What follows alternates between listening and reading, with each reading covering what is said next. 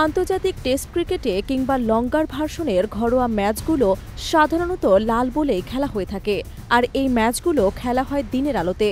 তবে সাদা পোশাকে দিবারাত্রির টেস্টের জন্য চালু করা হয়েছে গোলাপি বল। 2015 সালে অস্ট্রেলিয়া ও নিউজিল্যান্ডের মধ্যকার দিবারাত্রির টেস্ট ম্যাচ দিয়ে আন্তর্জাতিক টেস্টে প্রথমবারের মতো খেলা হয় গোলাপি বলে। অ্যাডিলেডে সেই ম্যাচটি মাত্র 3 দিনে সমাপ্ত হয়েছিল।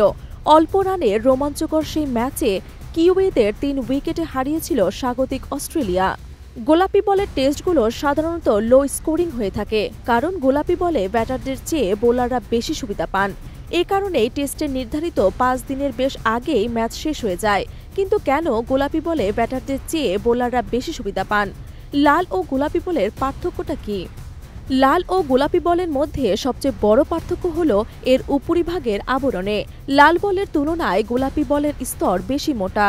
গোলাপি বলে বিশেষ ধাতুর স্তর বা ল্যাকার দেয়া থাকে, আর এর উপরিভাগটা খুব যত্ন সহকারে পালিশ করা হয়। এতে বলের শাইন খুব ভালো হয়, যার কারণে সহজেই এটি পুরনো হয় না, টিকেও অনেক দিন।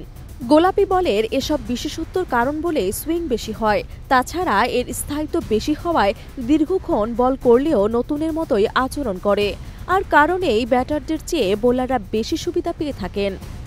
অন্যদিকে লাল বলের চামড়া গোলাপি বলের মতো অতটা মোটা নয়। এর উপরের বার্নিশের প্রলেপ ক্ষণস্থায়ী, যার ফলে দিনের আলোতে দীর্ঘক্ষণ বল করলে এটি ধীরে ধীরে শাইন হারায়। ফলে নতুন বলে বোলাররা যতটা সুবিধা পান, পুরনো বলে ততটা পান না। গোলাপি বলে সাধারণত অস্ট্রেলিয়ায় বেশি খেলে থাকেন, এজন্য দিবারাত্রি টেস্টে তারা বেশি শক্তিশালী। আর গোলাপি টেস্টে সর্বোচ্চ উইকেট শিকারী অজি পেসার মিচেল স্টার্ক। 13 ম্যাচে 72 উইকেট শিকার করেছেন বর্তমান বিশ্বের অন্যতম গতিময় এই বোলার।